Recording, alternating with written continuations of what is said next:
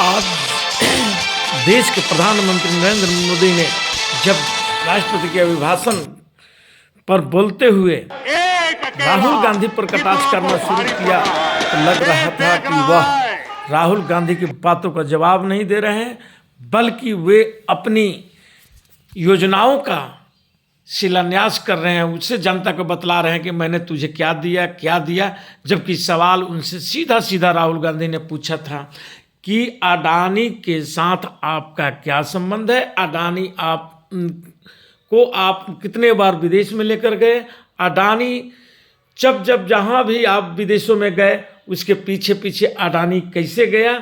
इन सारे सवालों पर जवाब देना था, लेकिन वह जनता को आयुष्मान कार्ड और गैस के चूल्हा इलेक्ट्रिक के बारे में समझाते रह गए, लेकिन उनकी मुंह अडानी पर एक शब्द भी नहीं खुला है। आइए इस संबंध में हम मिस्टर आज़ाद जी से बात करते हैं। आज़ाद जी, अभी देश का जो माहौल बना हुआ है अडानी महाघोटाला के लेकर के, इसमें विपक्ष जीपीएससी की मांग पर अड़ा हुआ है और सरकार जीपीएससी जांच कराने से भाग रही है, इस पर आप क्या कहना चाहेंगे? कि सरकार अंदर खाने पे बैंकों पर प्रेशर दे रहा है कि अडानी के शेयर को खरीदे। जब शेयर का मार्केट खुलता है तो सरकार सर्किट लगा देती है ताकि उसको गिरने से बचाने। वर्तमान सरकार जो है अडानी जी के पक्ष में खड़ा हुआ नजर आ रहा है कि सरकार अडानी को बचाने का भरसक प्रयास कर रही है, क्योंकि अभी तक एक गंभीर मामले को लेकर माननीय प्रधानमंत्री का एक वक्तव्य नहीं आया।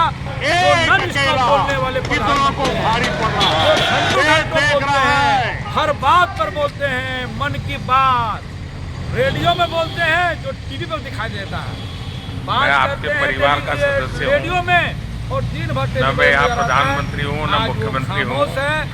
जो लगातार हर मुद्दों पे बोलने वाले हैं आज खामोश है। तो ये बात बल देने वाला है कि आपका क्या संबंध है।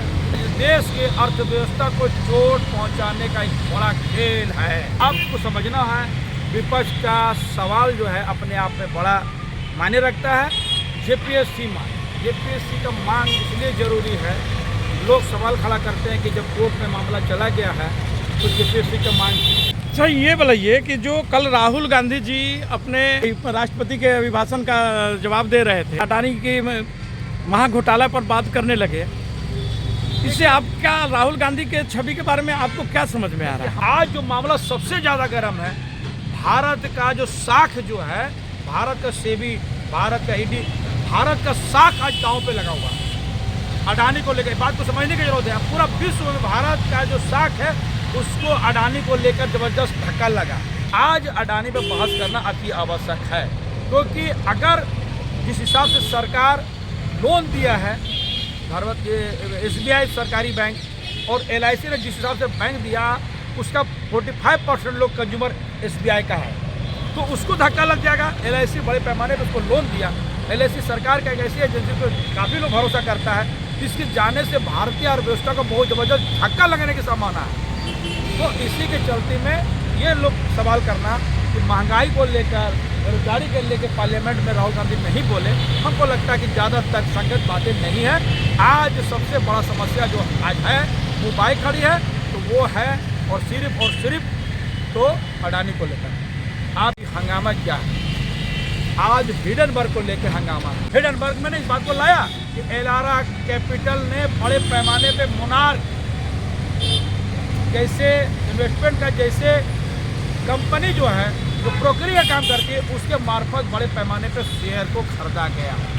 इसी के चलते में अडानी जी को मजबूरन 20,000 करोड़ रुपया का शेयर को वापस करना पड़ा। जी, एक बात बताइए कि 90-91 के दशक में हर्षद मेहता एक बहुत बड़ा इसी ढंग का कार्य किया था और वह बड़े पैमाने पर उसका अचानक शेयर गिरा था और देश के काफ़ी लोगों का पैसा उसमें डूब गया था, जिसको तुरंत उस समय की तत्कालीन सरकार जो भी था वो संज्ञान में लेते हुए CBI से जांच करा दिया था। आज ये लाखों करोड़ में ये महाघोटाला हुआ है, सरकार क्यों बचना चाह रही है? हर्षद मेहता का जो कांड हुआ था शेयर को लेकर, वो करते क्या थे, विभिन्न बैंकों से शॉर्ट टर्म में लोन लेती थी और वो उसको शेयर में लगा के उसको वापस कर देती थी। उसके दाम लगातार बढ़ जाते थे। तो इसी को लेकर सरकार उस वक्त में लगी कि ये घोटाला है और उस पर जांच बैठाया गया और हर्षद मेहता पर जांच बैठा और सीबीआई जांच और बहुत से कंपनियों ने इसकी जांच की है, बहुत से संस्थाएं ने इसकी जांच की और उसके बाद सरकार ने एक फैसला लिया जो आज सेबी के रूप में, जिसका मॉनिटरिंग था कि किसी तरह का शेयर में होने वाले घपले घोटाले को रोका जा सके। तो दुख की ये बात है कि अडानी को लेकर वही संस्था आज कटघरे में है और हिडनबर्ग ने बड़े मामले पे मनी लॉन्ड्रिंग की बात भी कही है। तो ईडी भी इस मामले पे खामोश है। तो दोनों एजेंसियां जो संस्थाएं हैं उसके साख को बट्टा लगता हुआ नजर आ रहा है और विपक्ष का इस मांग को भारतीय संवैधानिक संस्थाएं को वो सत्ता पक्ष कमजोर कर रही है, इसको बल देने वाला नजर आता है। ऐसा बोला जा रहा है कि श्रील सराफ जो सेबी संस्था का डायरेक्टर है और उन्हीं का मिली भगत से ये सारे काम हो रहा है, इसीलिए सेबी इस पर चुप है। सेबी का चुप होना इस बात को इंगित करता है कि कहीं न कहीं उसको बचाने का प्रयास सरकार बड़े पैमाने पे कर रही है, क्योंकि जो आरोप है उसका आरोप का यही जवाब है। विपक्ष जेपीएससी की मांग पर अड़ा हुआ है और सरकार जेपीएससी जांच कराने से भाग रही है, इस पर आप क्या कहना चाहेंगे? देखिए, निश्चित तौर पे पूरा भी भारत के अलावा पूरा विश्व में इसी बात को लेकर चर्चा है कि भारत की एक बहुत बड़ी जो बिजनेस टाइकून है,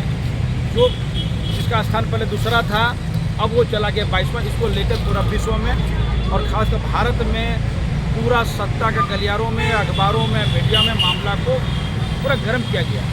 तो आपको समझना है, यानी रखता है जेपीएससी मांग। जेपीएससी का मांग इसलिए ज़रूरी है, मैं बोलना चाहता हूँ भारत की साफ व्यवस्था अलग अलग है।